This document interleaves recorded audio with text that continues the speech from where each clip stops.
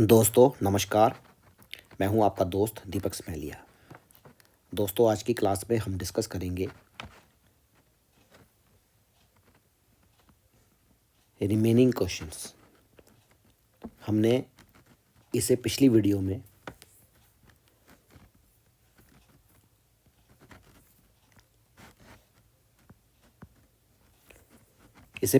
में हमने 10 क्वेश्चंस को डिस्कस किया था। अगर आपने पिछली वाली वीडियो देखी होगी तो आपने देखा होगा कि हमने उस पिछली वीडियो में जो बोर्ड के एग्ज़ाम में 2024 में क्वेश्चंस आए थे उसमें हमने 10 क्वेश्चंस को ऑलरेडी डिस्कस कर लिया है। तो अभी आज की वीडियो में हम जो अगले 10 हमारे सवाल हैं जो बचे हुए हैं उनको हम डिस्कस करेंगे। उनके ऊपर हम एक नज़र डालेंगे और देखेंगे कि एग्ज़ामिनर ने कौन कौन से सवाल बोर्ड के एग्ज़ाम में पूछे थे। ठीक है दोस्तों, वीडियो को स्टार्ट करने से पहले मैं आपके लिए यहाँ पर एक क्वेश्चन लिख रहा हूँ, तो आप मुझे इसका आंसर बताएंगे कि इस सवाल का आंसर क्या है। First CM means chief minister of J&K। First CM of J&K कौन था हमारे जम्मू एंड कश्मीर का? ये आप सोचें। लास्ट में मैं आपको इस सवाल का आंसर बताऊंगा। अगर किसी बच्चे को इस सवाल का जवाब आता है तो वो कमेंट सेशन में लिखे। तो चलिए तब तक हम आज की वीडियो स्टार्ट करते हैं और देखते हैं कि आज की वीडियो में हमने क्या पढ़ना है। देखिए पहला सवाल है, फायर एक्सटिंग्यूशर ये क्या होता है? ये क्या इसका इस्तेमाल रहता है? देखिए सबसे पहले मैं आपको इसकी एक इमेज दिखाता हूँ कि फायर एक्सटिंग्यूशर एक्चुअली में दिखता कैसा है। देखिए दोस्तों,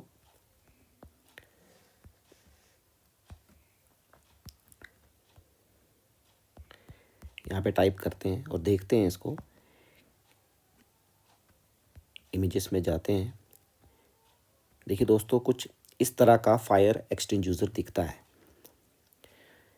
आपने ये देखा होगा, ये बसेस में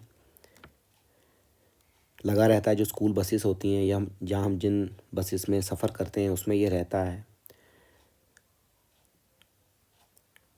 सिनेमा घर में, हॉस्पिटल्स में, इवन के कई लोगों ने अपने घर में भी इसको लगाया होता है। इसका इस्तेमाल हम आग बुझाने के लिए करते हैं। मान लीजिए कि एकदम कहीं आग लग गई तो उसको बुझाना हमारे लिए मुश्किल रहता है, तो हम इसका इस्तेमाल करते हैं। इससे जो हमारी आग होती है वो एकदम, हमारी जो आग होगी वो बुझ जाएगी। तो इसका इस्तेमाल हम इसलिए करते हैं। तो आई होप आपको समझ आया होगा कि फायर एक्सटिंग्यूशर एक्चुअली में ये सिलेंडर दिखता कैसा है। तो इसका इस्तेमाल हम किसके लिए करते हैं? इसका इस्तेमाल हम करते हैं स्टॉप द फायर। जो आग लगी होती है, मान लीजिए आग लग गई कहीं की, तो एकदम हम आग को इससे बुझा सकते हैं। ठीक है दोस्तों, आई होप आपको ये जो सवाल था हमारा, ये आपको समझ आया होगा कि हम फायर एक्सटिंग्यूशर का इस्तेमाल क्यों करते हैं। ये बोर्ड के एग्ज़ाम में आपको सवाल पूछा गया था। ठीक है दोस्तों, देखिए अगला क्या है। अगला है कि what is the full form of ABC। ABC की फुल फॉर्म क्या होती है? इसकी फुल फॉर्म होती है एयरवे ब्रीदिंग सर्कुलेशन। ठीक है दोस्तों, ये आपने याद करना है कि what is the full form of ABC। That is A stands for airway, B stands for breathing and C stands for circulation. ठीक है दोस्तों, आई होप आपको ये सवाल भी समझ आया होगा। चलिए इसको भी हम एक इमेजेस में देख लेते हैं कि एक्चुअली में ये रहता कैसा है। देखिए दोस्तों, यहाँ पे हम लिखेंगे, यहाँ पे शायद ऑलरेडी ये टाइप भी है, नहीं है यहाँ पर, दोबारा लिख लेते हैं। एयर सॉरी,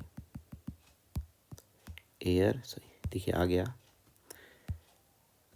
देखिए दोस्तों, कुछ इस तरह का ये दिखता है, ये देखिए, एयरवेज ब्रीदिंग सर्कुलेशन। ठीक है,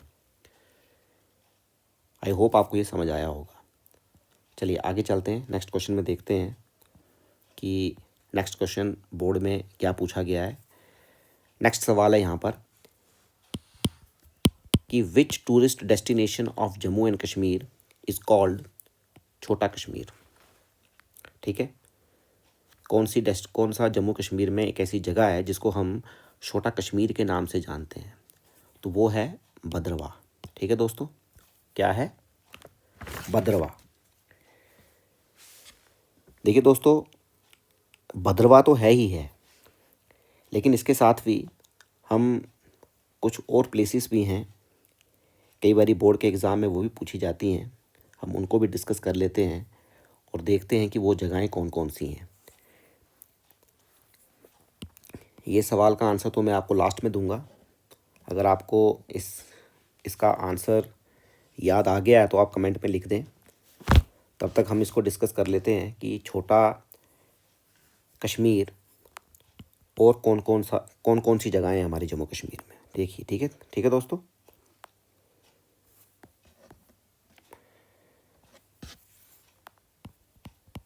छोटा कश्मीर, ठीक है, मीन्स लिटिल कश्मीर। ठीक है, इंग्लिश में बोलें तो। देखिए दोस्तों, there are multiple matches for tourist destination in J&K। जैसे फॉर एग्जांपल पहला है पहलगाम। ठीक है दोस्तों,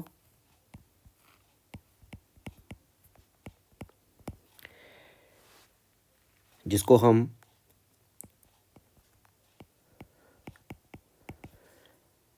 valley of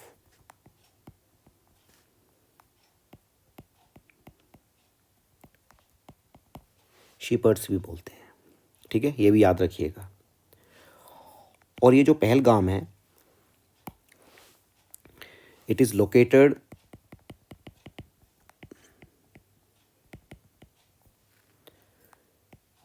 95 kilometre from Srinagar. ठीक है दोस्तों, आई होप आपको यह भी समझ आया होगा। छोटा कश्मीर भद्रवाह तो है ही है, लेकिन पहलगाम को भी हम बोलते हैं। ठीक है, वही मैंने आपको बात बताई। दूसरा है भद्रवाह। ठीक है, भद्रवाह है। और तीसरा है हमारे पास पुरमंडल। ठीक है दोस्तों, इसको भी हम छोटा कश्मीर के नाम से जानते हैं। और ये जो पुरमंडल है, ये पड़ता कहाँ है? सांबा डिस्ट्रिक्ट में। ठीक है, ये आपने याद रखना है। ठीक है, ये भी बोर्ड के एग्ज़ाम के लिए इम्पॉर्टेंट है, इसलिए मैंने यहाँ पे इसको डिस्कस कर दिया। ठीक है दोस्तों, चलिए आगे चलते हैं। आई होप आपको यह सवाल भी क्लियर हो गया होगा छोटा कश्मीर के रिगार्डिंग। भद्रवाह है। ठीक है, अगर मान लीजिए कई बार ऑप्शन बोर्ड के एग्ज़ाम में एग्ज़ामिनर ने पूछ लिए कि भद्रवाह ना दिया हो, वहाँ पर मान लीजिए पहलगाम का ऑप्शन हो या पुरमंडल का ऑप्शन हो, तो आप इसको भी टिक लगा सकते हैं। These places are also called a छोटा कश्मीर। ठीक है, तो चलिए आगे चलते हैं, देखते हैं कि अगला सवाल क्या एग्ज़ामिनर ने पूछा हुआ है। अगला सवाल है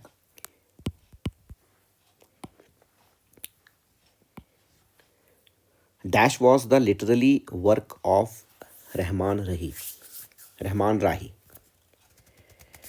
देखिए, इनका जो लिटरली वर्क था वो था माफ़ीनामा। ठीक है दोस्तों, क्या था? Mafinama was literally work of Rahman Rahi. यही सवाल यहाँ पे पूछा हुआ है।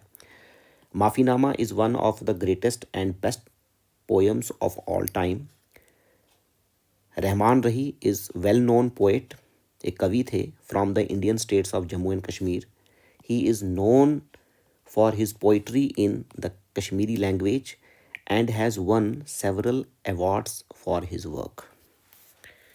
ठीक है दोस्तों, आई होप आपको यह सवाल भी समझ आया होगा कि इस सवाल का आंसर क्या होगा। Dash was the literally work of Rahman Rahi. तो वो कौन सा वर्क था? वो था माफ़ी नामा। कौन सा वर्क था? माफ़ी नामा। चलिए दोस्तों, अगला सवाल देखते हैं कि अगला सवाल बोर्ड के एग्ज़ाम में क्या पूछा गया है। अगला है dash is the largest oil producing area in India. ठीक है, इंडिया की बात हो रही है, तो इसका आंसर है असम। क्या आंसर है इसका? असम। देखिए दोस्तों, अगर हम असम आंसर तो सही है इसका, लेकिन अगर मैं यहाँ पर किताब में देखूं, जो कि 2024 का बोर्ड का पेपर में जो सवाल पूछा गया है, वहाँ पर आपको क्या क्या ऑप्शन दिए गए हैं। इसमें ऑप्शन दिए गए हैं आपको, नहीं, इसने ऑप्शन नहीं दिए हैं। अगर आप बोर्ड का पेपर, ये बोर्ड का पेपर ही है, मुझे लग रहा था कि इसमें ऑप्शन दिए होंगे, लेकिन इसमें ऑप्शन नहीं दिए हैं। इसने एग्जामिनर ने सीधा फिलिंग इन द ब्लैंक्स करके सवाल आपको पूछ लिया है कि dash is the largest oil producing area in India. ठीक है, असम। ठीक है, असम भी सही आंसर है इसका। वैसे मैं आपको इसमें और भी इसके बारे में थोड़ा बता देता हूँ कि अगर असम, अगर मान लीजिए कि ऑप्शन दे दिए हों, तो फिर आप क्या उसका आंसर लिखेंगे। असम तो चलो याद किया हुआ है आपने। देखिए, इसका जो आंसर बनता है largest oil producing area in India का, देखिए अगर सबसे पहला आता है इसमें मुंबई। कौन सा आता है? मुंबई। दूसरा आता है राजस्थान। ठीक है दोस्तों। तीसरा आता है गुजरात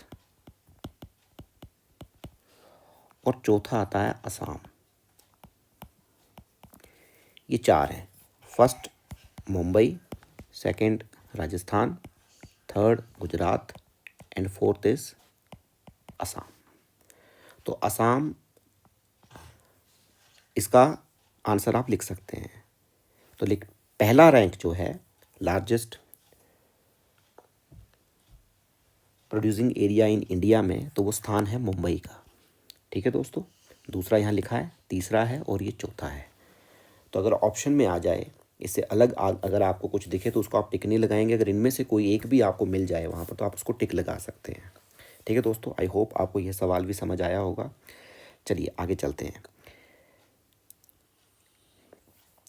MSME ये क्या है? ये भी सीधा फिलिंग इन द ब्लैंक्स करके सवाल पूछा हुआ है। MSME जो है, इसकी फुल फॉर्म होती है, मैं यहाँ लिख देता हूँ,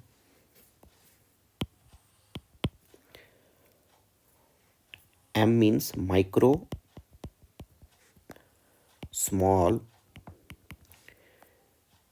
एंड मीडियम एंटरप्राइजेस। ठीक है दोस्तों, इसकी ये फुल फॉर्म है micro, small and medium enterprises. ये कब इंट्रोड्यूस हुआ था? ठीक है, ये भी कई बार एग्ज़ाम में पूछा जाता है। ये इंट्रोड्यूस हुआ था 2006 में। ठीक है, जो हमारी गवर्नमेंट ऑफ इंडिया थी, GOI मैंने शॉर्ट में लिखा है, government of India, the government of India introduced the concept of MSME means micro, small and medium enterprises act जो था, इसको 2006 में इसको इंट्रोड्यूस किया था। ठीक है, इसकी डेट भी याद रखें 2006। फुल फॉर्म तो याद रखनी ही रखनी है, लेकिन इसकी आपको कि इसको गवर्नमेंट ऑफ इंडिया ने इंट्रोड्यूस कब किया वो डेट भी याद रखनी है, 2006। ठीक है, आई होप आपको ये भी समझ आया होगा। चलिए आगे चलते हैं और देखते हैं कि अगला सवाल क्या है। देखिए अगला सवाल है कि how many states are there in India, कितनी है।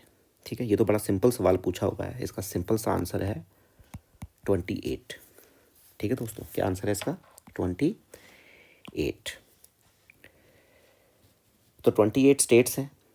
ठीक है, ये तो पता है ना, 28 स्टेट्स हैं और एंड 8 ही हमारे पास यूनियन टेरिटरीज हैं।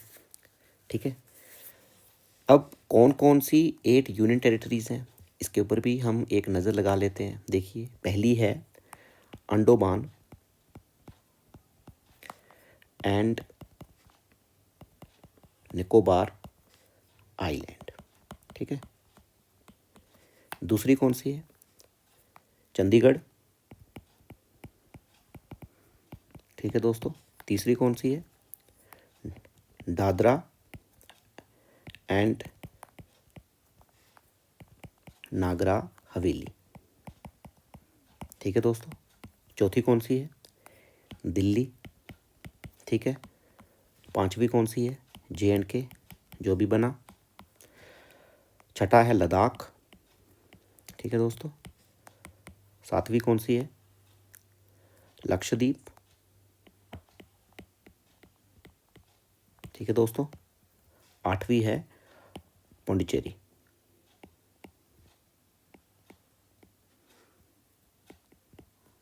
ठीक है, तो ये हमारे पास 8 यूनियन टेरिटरीज हैं।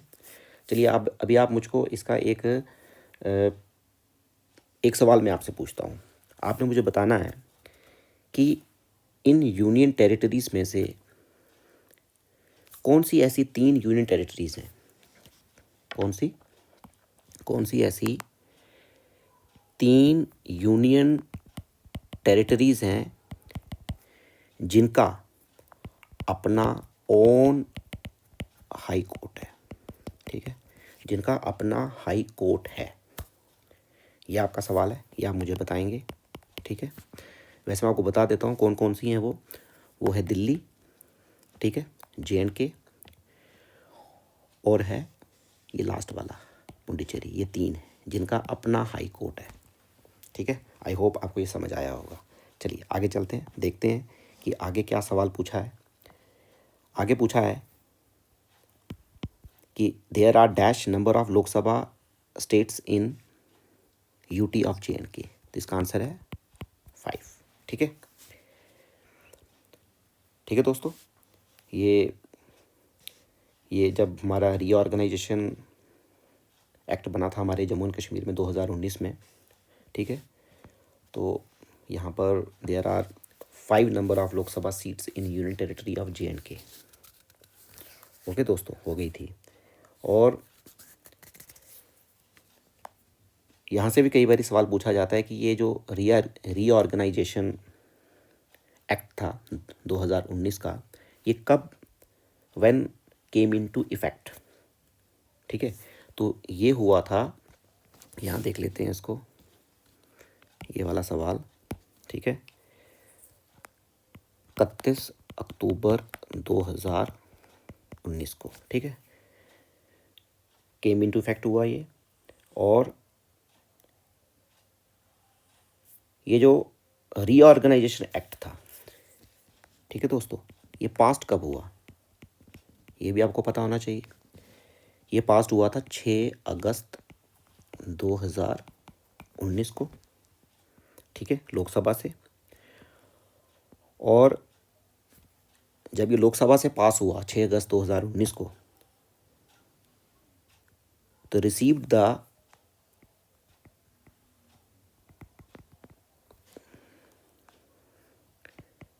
प्रेसिडेंट assent on 9 अगस्त 2019, ठीक है, पास 6 अगस्त 2019 को हुआ, ठीक है दोस्तों। और उसके ऊपर हस्ताक्षर जो थे वो हमारे प्रेसिडेंट जी ने उसके ऊपर 9 अगस्त 2019 को किए।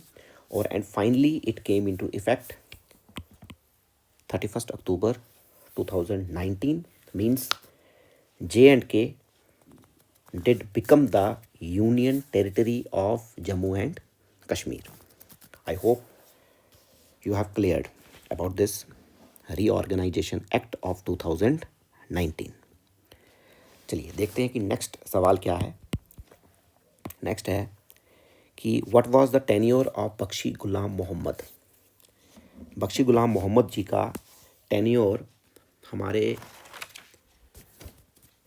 जम्मू कश्मीर में क्या रहा, कितना कार्यकाल रहा उनका, बख्शी गुलाम मोहम्मद जी का, ठीक है दोस्तों। तो ये रहा 1953 to 63, ठीक है, 1953 से 1963 तक बख्शी गुलाम मोहम्मद जी का टेन्योर रहा। तो ये एक्चुअली में थे कौन? ये जम्मू कश्मीर के प्राइम मिनिस्टर थे, ठीक है। मैंने आपको क्लास में बताया था कि पहले हमारे जम्मू कश्मीर में प्राइम मिनिस्टर हुआ करता था, चीफ मिनिस्टर नहीं हुआ करता था, क्योंकि हम एक अलग थे, मतलब कि जम्मू कश्मीर अपने आप को अलग मानता था, इसलिए यहाँ पर प्राइम मिनिस्टर होता था, ठीक है, ये आपको मालूम है। तो जब बख्शी गुलाम मोहम्मद जी की यहाँ पर बात हमने की है, तो हम यहाँ पर साथ में ये भी देख लेते हैं कि और कौन कौन से प्राइम मिनिस्टर थे जो हमारे जम्मू कश्मीर में रहे, ठीक है दोस्तों। उसके लिए हम इसको यहाँ से मिटाते हैं और देखते हैं कि कौन कौन से प्राइम मिनिस्टर थे। देखिए मैं यहाँ लिखता हूँ, prime minister of Jammu and Kashmir, ठीक है।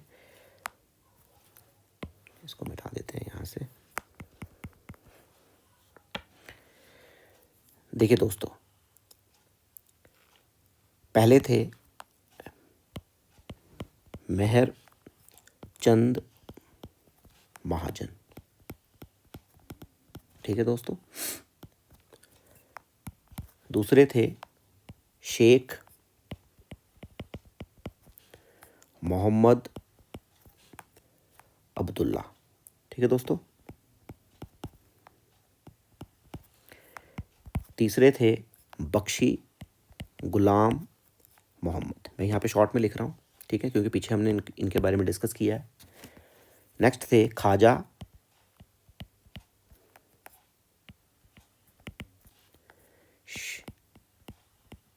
शामस उद्दीन। अगर मैं इनका नाम गलत पढ़ रहा हूँ तो मुझे माफ़ कीजिएगा, ठीक है दोस्तों। अगला है पांचवा गुलाम मोहम्मद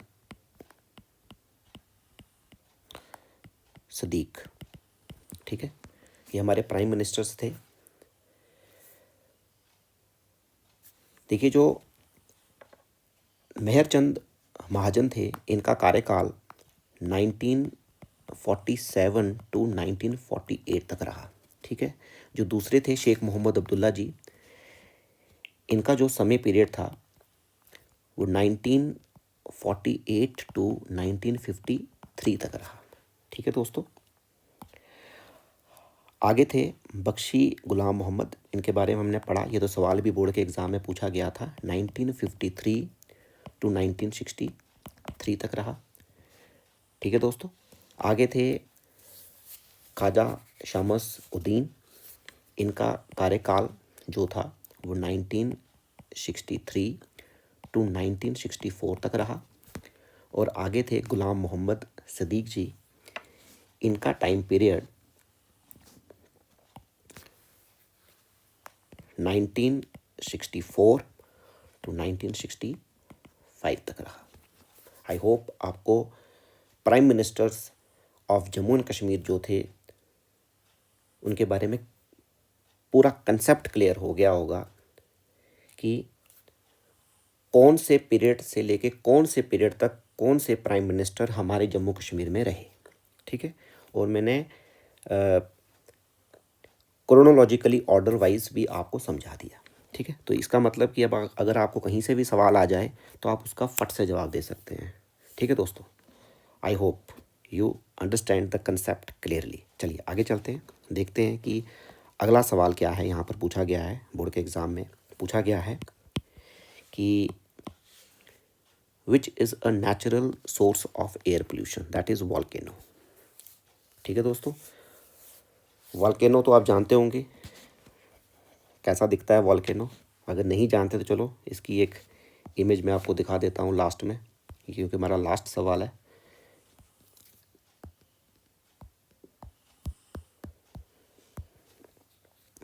देखिए दोस्तों, ये है वॉल्केनो। ठीक है, कुछ इस प्रकार का दिखता है ये। ठीक है, आग निकलती है धरती में से। ठीक है, इसके बारे में भी हमने पढ़ा हुआ है। अब मैं इसके बारे में आपको ज़्यादा इतना डिटेल में बताऊंगा नहीं, बताऊंगा तो बहुत लंबी वीडियो हो जाएगी। ऑलरेडी बहुत लंबी वीडियो हो गई है, मुझे ऐसा लगता है कि।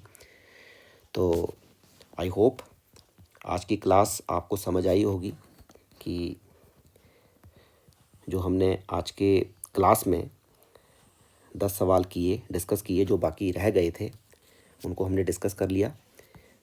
तो ये हमारा 2024 का पेपर था। ठीक है, कौन सा पेपर था?